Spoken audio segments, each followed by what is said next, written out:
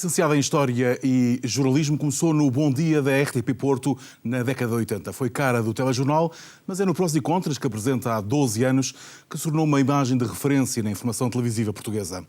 Ao contrário do que se diz, é lisboeta, mas cresceu no Porto e no Minho e continua ainda hoje a ostentar uma orgulhosa pronúncia do Norte, apesar de já ter regressado à capital há quase 20 anos.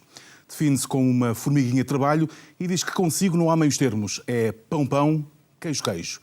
Fátima Campos Ferreira, muito obrigado, ainda bem que vieste. Obrigada. Este país tem mais prós ou contras? Bem, como tudo na vida, o país também tem prós e contras. O que é preciso é encontrar o equilíbrio entre uns e outros. A vida também é feita de momentos felizes e de muitas tragédias e tristezas. E, portanto, nós só podemos vivê-la se encontrarmos um ponto de equilíbrio. O país é a mesma coisa. Chegamos a esse ponto de equilíbrio? Não estamos a conseguir. Neste momento, nós estamos perdidos à procura do ponto de equilíbrio. O regime democrático está perdido à procura do ponto de equilíbrio, pelo menos é a minha opinião.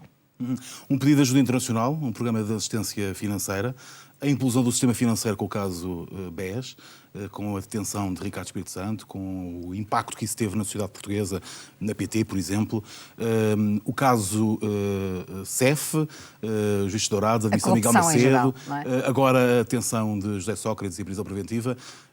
É muita história para... É, mas eu acho que há aí um ponto que me parece que está a doer muito também aos portugueses. Há um processo de empobrecimento em curso há alguns anos e que vai continuar. E os portugueses perceberam que esse processo vai continuar. É o novo PREC. É um sistema que a Europa adotou, uma vez que a liberalização do comércio mundial trouxe para cima outros continentes e, portanto, a Europa entrou aqui num retrocesso económico e isso aliado aos problemas que nós já tínhamos, o endividamento, enfim, o problema da alegada corrupção, agora a atingir o coração do Estado, ou pelo menos a percepção e a que se sabe hoje que atinge o coração do Estado. Portanto, tudo isso cria um estado, uma atmosfera muito negativa que prejudica a nação. E essa percepção é particularmente difícil. O facto de haver uma percepção e os portugueses terem percebido isso e sentirem isso torna as coisas ainda mais complicadas. Adensa a situação, tanto mais que ao mesmo tempo que compreendem esses problemas basilares, o processo de empobrecimento, a alegada corrupção também nas estruturas do Estado, ao mesmo tempo que isso acontece, descreem de tudo. Mas achas que as pessoas percebem no sentido de encontram justificação para esse processo de empobrecimento? Achas que as pessoas percebem que era preciso, os portugueses, quando falo de pessoas, falo dos portugueses, era preciso passar por esta fase? Eu penso que hoje as pessoas começam a perceber que esse processo de empobrecimento agora é inevitável, mas que obviamente havia muita coisa a ser evitada. Os casos dos financeiros, as derrocadas financeiras, por exemplo, seriam algumas das que deveriam ser evitadas, assim como a euforia das PPPs ou, enfim, tantas infraestruturas que se calhar a mais se construíram e por aí fora. De qualquer forma, os portugueses hoje já têm a noção que esse processo é para continuar, até porque olham para a Europa e veem que a Europa também não está propriamente em crescimento, nem a Alemanha, quanto mais aqui. Agora, estamos à procura de um equilíbrio, porque a vida, os dias, o tempo, vai escorrendo com o processo de empobrecimento ou sem processo de empobrecimento. E há uma boia de salvação? Há referências onde os portugueses possam agarrar? Essa é que é a grande dificuldade. É que eu acho que a massa crítica hoje em Portugal é curta, é pequena e, sobretudo, aquela que aparece, que se expõe e que quer dar exemplos, que quer partilhar exemplos com os outros. E eu penso que o país está mal desse ponto de vista, está muito pior do que há alguns anos atrás. Porque perdeu ou porque as pessoas deixaram essas referências, deixaram de querer Muitos aparecer? deixaram de ser referência. Repara, o próprio Ricardo Salgado foi um homem que durante muito tempo foi uma referência de banqueiro, enfim, de um banqueiro empreendedor e eficiente, sólido. E capaz, sólido, um banco português que tinha criado uma marca fortíssima. Muitos deixaram de ser, outros desaparecem porque também têm medo do espaço público. Porque tudo isto acontece em simultâneo também com o facto de hoje a comunicação social ter uma enorme visibilidade e ocupar o espaço central, é muito mais agressiva. E, portanto, há pessoas que poderiam até ser essas referências, mas que têm receio e se recolhem, não é? Enfim, penso que, de qualquer forma, a massa crítica do país está hoje bem mais reduzida. E como é que se contraria isso? Tu dizias-me há uns anos que era urgente abanar as mentalidades e que os portugueses estão presos ao imobilismo.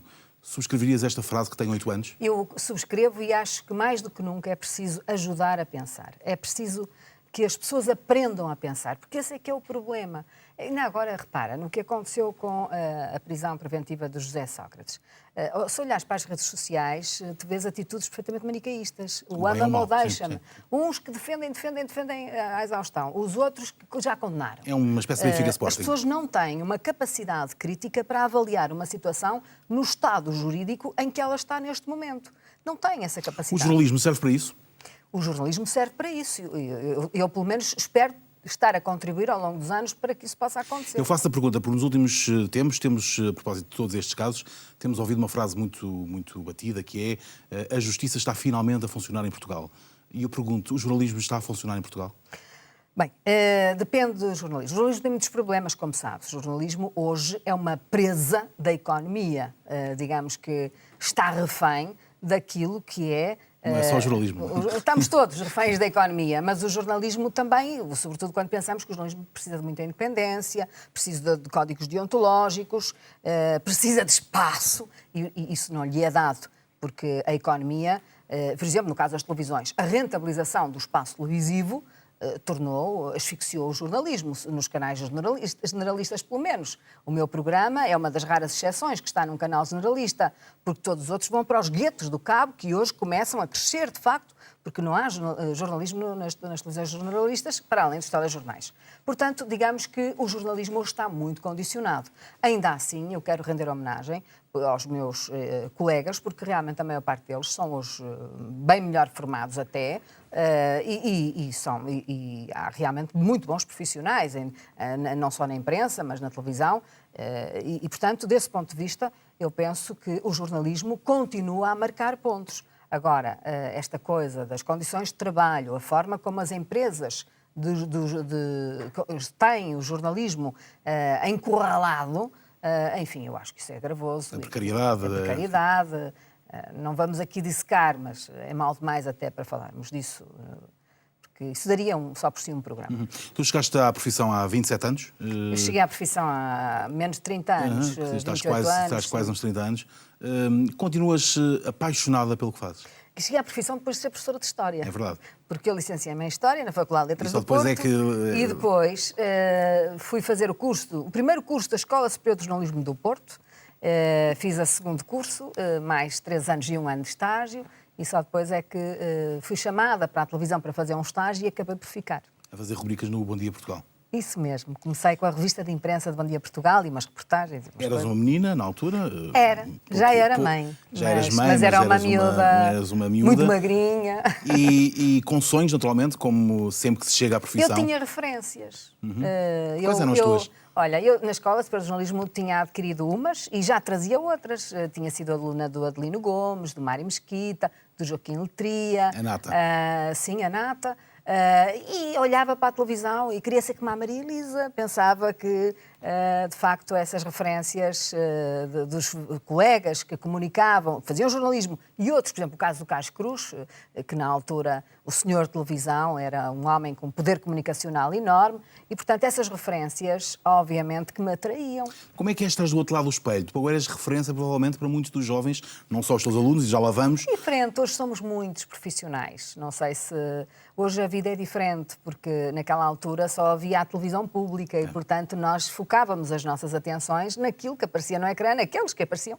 Hoje não, hoje somos muitos, não há essa mesma noção desse período. Eu falava-te desses sonhos com que chegaste ao Bom Dia na Portugal, RTP Porto. Bom Dia Portugal. Já era Bom Dia Portugal. Era Bom Dia Portugal. E depois deixou de ser e voltou a ser depois, entretanto. Precisamente para te perguntar, o que é que sobra dessa Fátima de 87, 86? E ainda sobra tudo, porque eu acho que tenho conseguido fazer a carreira com que sonhei. Eu sempre achei que queria contribuir para o bem comum, sempre achei que eu tinha da profissão uma ideia também de desenvolvimento humano, não só de desenvolvimento pessoal, profissionalmente falando, mas também do meu desenvolvimento humano. A tua licenciatura em História pode ter ajudado também a isso? Sim, eu já tinha digamos que um arcabouço, se quiseres, uma maturidade profissional, até porque tinha sido professora, fui professora até muito tarde, e continuo a ser professora, mas hoje jornalismo. Mas isso, obviamente, que deu-me ali uma retaguarda importante. Agora, eu penso que consegui colocar a carreira justamente nesse nível de desenvolvimento profissional, sim, claro, mas também de um desenvolvimento humano. E estou contente por isso. E eu, ainda hoje, a minha maior preocupação, e isso é um privilégio trabalhar aqui no serviço público, é poder contribuir para um melhor esclarecimento da sociedade, para o aprofundamento de ideias, digamos que ter na mão esse poder convocatório da sociedade para aquilo que eu considero que é importante do ponto de vista cultural, do ponto de vista... Sim, porque eu não concebo o jornalismo também sem cultura. O jornalismo e a cultura têm que estar de mãos dadas. Cultura no sentido lato do profundo do termo. Uhum. Que ideia que achas que os portugueses têm de ti? Os que te veem? Sei, espero que... Eu preocupo-me do ponto de vista profissional. Obviamente que espero que me aceitem profissionalmente e que reconheçam que me esforço. Eu não me interessa mais que os portugueses me conheçam mais do que a profissional. Mas mesmo a profissional, achas que és... O resto... Mesmo a profissional, achas que tens uma imagem uniforme, ou seja... Não, nunca há imagens uniformes. Há sempre quem goste de nós e há sempre quem nos deteste. Isso é uma regra da vida. Portanto, eu penso que haverá uma boa parte dos portugueses que até gosta de mim, ou me aceita, e a outra parte que rejeita. Mas isso faz parte. Há 12 anos que estás no Prós e Contras, precisamente, e ali já foste várias Fátimas.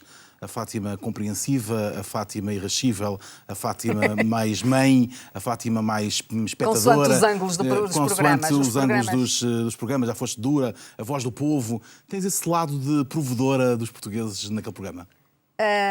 Não sei se tem um lado provedora, mas penso que não. Penso que não é essa a missão do programa.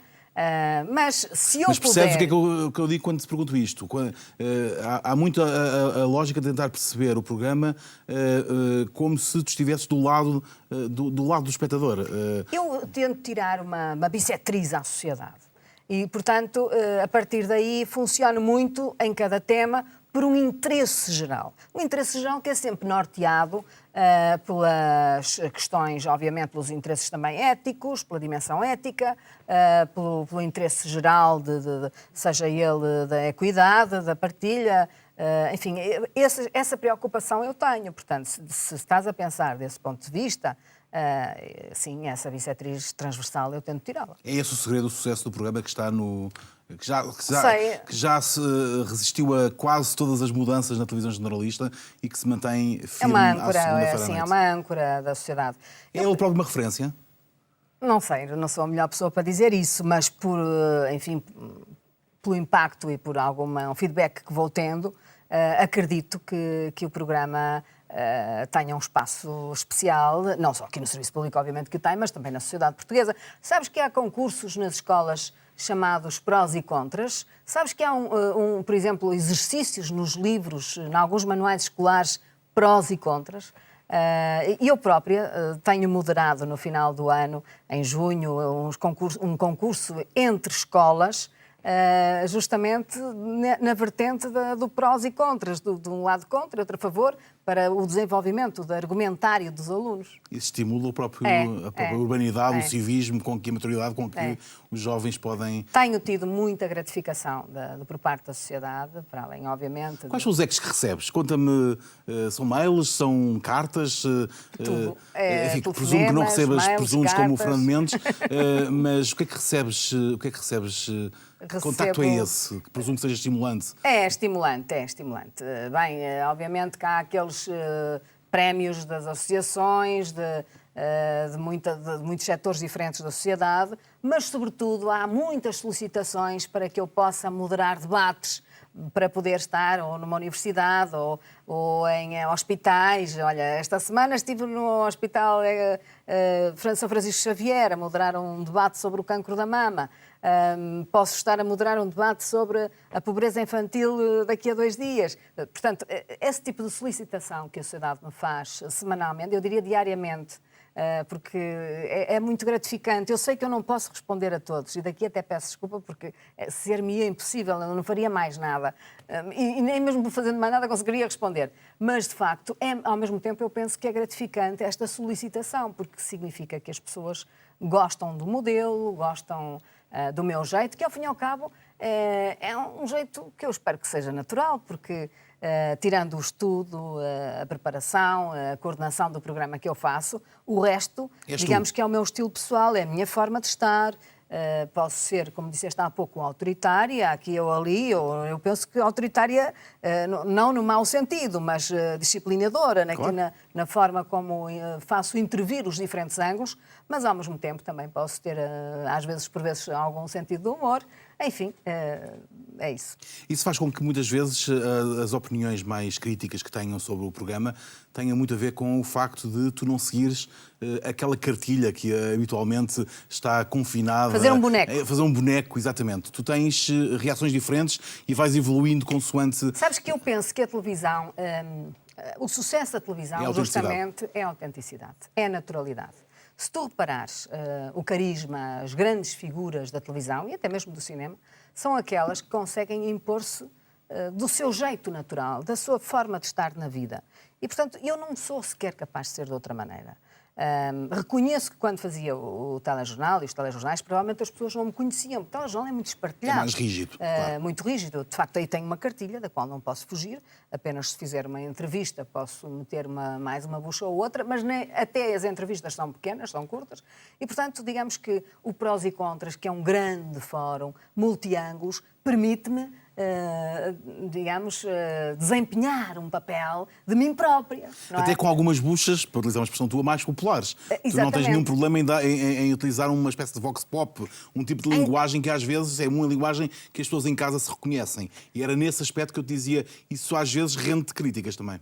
Claro que sim, eu identifico-me, eu nasci em Lisboa, como disseste, mas eu identifico como modo de estar do Minho, porque eu cresci no Minho, gosto dos sabores do Minho, gosto da forma de estar, assumo a pronúncia, gosto do jeito... Assumes orgulhosamente. Claro, é evidente. Outra Estás coisa cá não podia anos deixar de ser... suficientes Sim, a que minha já mãe podiam fala ter- completamente à lisboeta. A minha mãe é completamente alfacinha, Mas de a uma tua mãe é parte da minha lisboeta, exatamente. família é lisboeta. Mas eu gosto daquela pronúncia, porque foi ali que eu cresci, foi o arroz de forno, o cabrito, essas coisas que eu comi de pequena, essa essência natural que é o Minho, está cá dentro. E, portanto, para ser eu, e sou eu, sou essa pessoa que com essa viagem pessoal pela infância, pela adolescência, até hoje. E ali sou muito minhota nesse jeito que tu há pouco dizias do pão, queijo, quer, não quer, andor, vamos lá ver se isto se dá, se não dá, não dá. Pronto. Um certo pragmatismo na forma de estar, não é? Que me permite, de facto, às vezes, jogos de cintura que eu vejo até que outros não têm. Olha, dou-te um exemplo. No domingo mudei o programa todo. Ali, em meia dúzia de horas, virei aquilo tudo ao contrário, porque tinha feito um programa que depois, por força da atualidade, tive que fazer diferente. E, portanto, esse jeito um bocado do quantos são, eu acho que tenho isso, não é? Como quando se chegarem a casa 10 pessoas e perguntarem arranja jantar. Há sempre jantar. Arranjo. Onde comem 4, comem 5. Depois coço a cabeça e vou perguntar, e agora? O que é que eu faço? Pronto. Mas eu penso qualquer coisa, não é? E sai alguma coisa, sai. Essa autenticidade, é essa autenticidade que ensinas aos teus alunos na faculdade? Tu és de novo professora, começaste antes da carreira por ser professora. Eu no tenho ensino uma secundário grande preocupação e agora és na hoje. Eu universidade. tenho também evoluído do ponto de vista da minha capacidade de docente.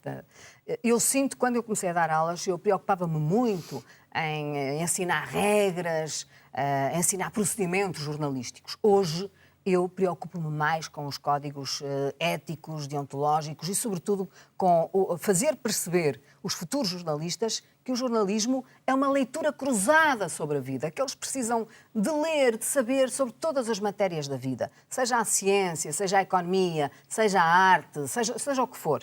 E, portanto, as minhas aulas são, às vezes, viagens que começam num sítio e acabam não se sabe onde.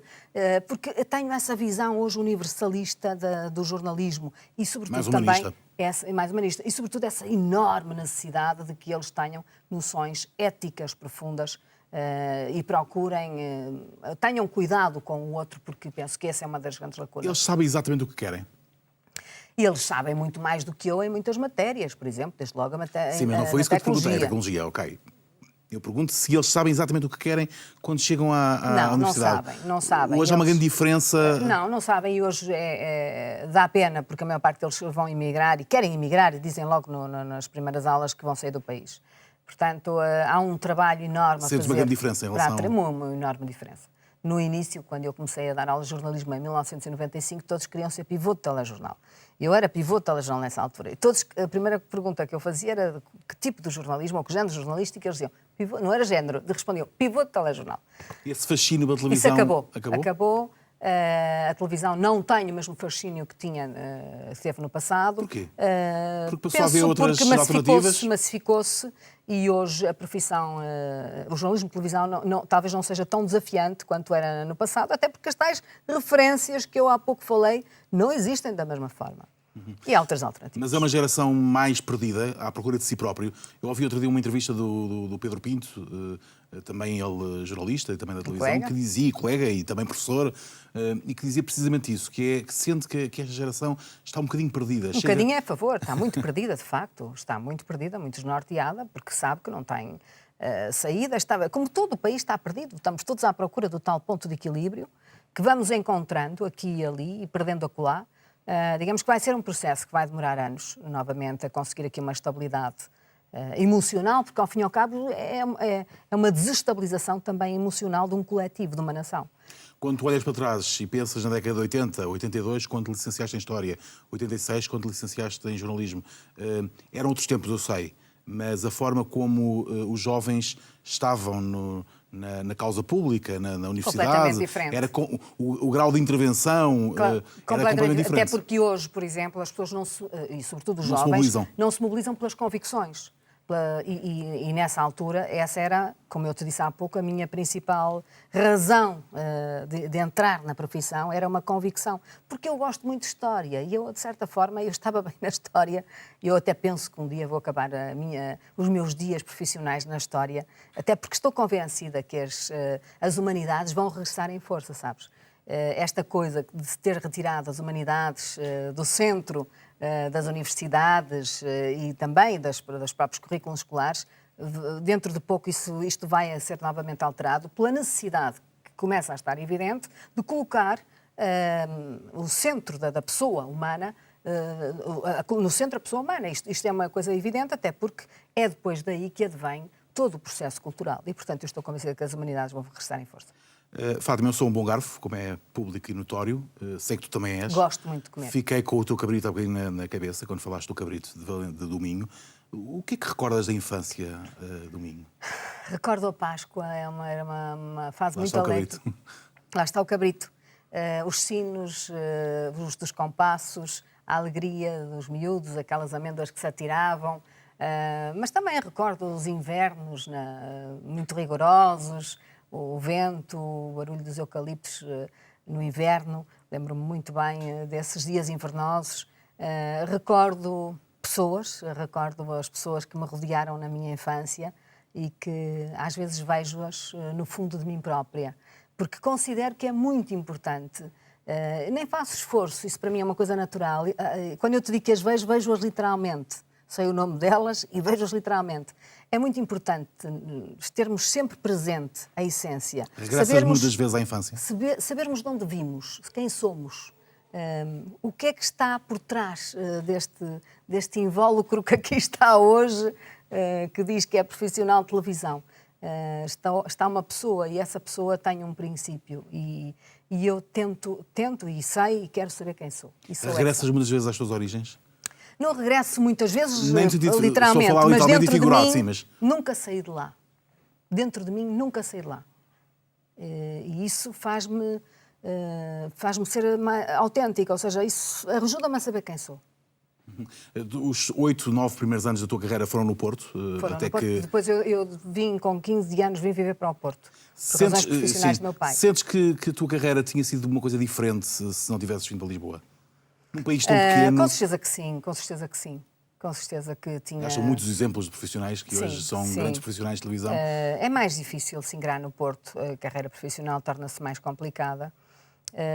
Mas pronto, aí talvez a vida é o que tem que ser. Um país pequeno, mas que claro, é distante. muito centralista. Está centralizado muito em Lisboa. Tem, algumas das nossas razões para o nosso subdesenvolvimento têm a ver com isso, com esse centralismo demasiado... Tem, sobretudo, com a falta de desenvolvimento de massa crítica. O tal espírito crítico que há pouco falávamos, que eu considero que é... aliás, que existe. No outro dia entrevistei o Lobo Antunes e ele dizia-me: um povo como do Norte da Europa, um sueco, um finlandês, não aceita o que se passa em Portugal. Porquê? Porque eles têm outra cultura. De facto, há uma cultura que é visível em todos os pormenores da vida. E que tem outra massa crítica, outra escala de pensamento, outra prudência na observação de tudo. E nós não temos, nós estamos ainda longe disso, não é? A nossa própria televisão às vezes é muito diferente, a televisão aqui no sul da Europa é diferente da televisão do norte da Europa. Temos um processo ainda para percorrer do ponto de vista educacional, estamos a fazê-lo. Agora mais devagarinho, mas espero que possamos lá atingir. Eu penso que para isso o serviço público é muito importante. O serviço público de televisão pode ser e tem que ser um poder moderador da sociedade, também nesta matéria. E não é só pela independência, obviamente que isso penso que hoje ninguém questiona. O serviço público de televisão tem hoje uma independência face aos poderes políticos e não só, também económicos, que faz inveja a outros. Olha, por exemplo, os colegas espanhóis que são correspondentes ao longo dos anos em Lisboa sempre me dizem que fazemos, como é que tu consegues, como é que a vossa televisão consegue, porque em Espanha a televisão pública não é tão independente quanto vocês são aqui em Portugal. Isso foi uma conquista que a televisão pública fez ao longo dos anos e que hoje tem consolidada, esta direção que está, tem essa conquista bem consolidada e, portanto, os portugueses não devem olhar para as instituições, e esse é um dos riscos também que estamos a correr atualmente, com descrédito total e descrença de tudo. Se há coisas que funcionam pior, e é provável que isso aconteça, porque acontece em todas as instituições, há outros ganhos que são já sólidos e que beneficiam muito a sociedade. Mas a RTP está sempre exposta nessa montra, não é? Está sempre exposta e há sempre... mas isso vai estar sempre. Digamos que, quando eu digo sólida, significa que é resistente a essa exposição. Não estou à espera que toda a gente diga bem da RTP ou diga que a RTP é isenta, é independente. Eu estou à espera que a RTP resista, seja resiliente a críticas setoriais da sociedade portuguesa. Isso é que eu estou à espera, porque tem que haver uma linha de rumo. E a partir dessa linha de rumo há que a defender solidamente. Estou a falar da informação. Estamos mesmo no final não de toda a estratégia da empresa. E isso daria seguramente um outro programa. Estamos mesmo no final deste e, portanto, não vamos ter tempo para aprofundar mais essa questão, que, como disse, daria um outro programa. Há pouquinho falavas dos sinos da igreja, das memórias que tens do Minho. Tu tiveste uma educação católica, também Eu andei num colégio de freiras em pequena, exatamente, até aos 15 anos. O que é que ficou dessa presença da fé em ti, que ainda hoje se manifesta, que ainda hoje... Eu quando era miúda, passei várias fases. Quando era muito pequena, queria ser missionária, porque foi aquela fase em que nos diziam que nos apresentavam o trabalho das missões como um trabalho muito generoso e muito altruísta, e eu queria ser missionária. Depois passei um período na adolescência que não queria ouvir falar das freiras, não queria ouvir falar do colégio, e que estava muito zangada com a educação do colégio. Depois, mais tarde, digamos que a vida começa-nos a abrir outras perspectivas e se calhar até vamos outra vez, vamos lá recapitular e buscar coisas que aprendemos e perceber que somos o que somos hoje, e no meu caso sou a mulher que sou, porque fui um somatório de muitos fatores de educação, desde logo dos meus pais, particularmente do meu pai e da minha mãe, claro, mas também dos professores que tive, das tais freiras, do colégio onde andei, dos amigos. Como é que essa tua relação com a fé se materializa hoje? Ele responde a todas as perguntas? É uma relação entre mim e ele. Vai respondendo, acho que eu peço. Fátima, muito obrigado. Ainda bem que vieste. Muito obrigada, Nuno. A jornalista Fátima Campos Ferreira, hoje no Ainda Bem que Vieste. Todas as semanas marcamos encontro consigo e com uma figura bem conhecida dos portugueses. Tudo pelo prazer da conversa e da descoberta. De hoje a 8 dias, na RTP Informação, cá estaremos com um novo convidado. Conto consigo.